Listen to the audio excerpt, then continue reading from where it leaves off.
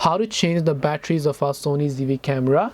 Hey everybody, welcome back to the channel. In today's video we are going to learn how we can basically change the batteries of our Sony ZV camera, so make sure to watch the video till the end.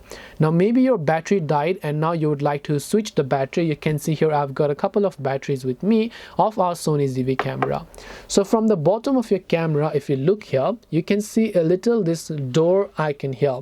So all you have to do is you just have to pop it out like this. So you swipe down this little lock and it will pop out automatically like this. So you just have to swipe this, it will pop out. Here you can see our battery. So if you look inside the battery, here you'll find a little thing that is holding this battery, which is this blue lock here.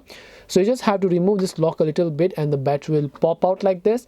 And once the battery has been popped out, now you can go ahead and then place the new battery here. You can see in your battery also you have this little icon. So now you can go ahead and then place the new batteries like this, and just like that you can close it and then you can lock it again to replace the batteries.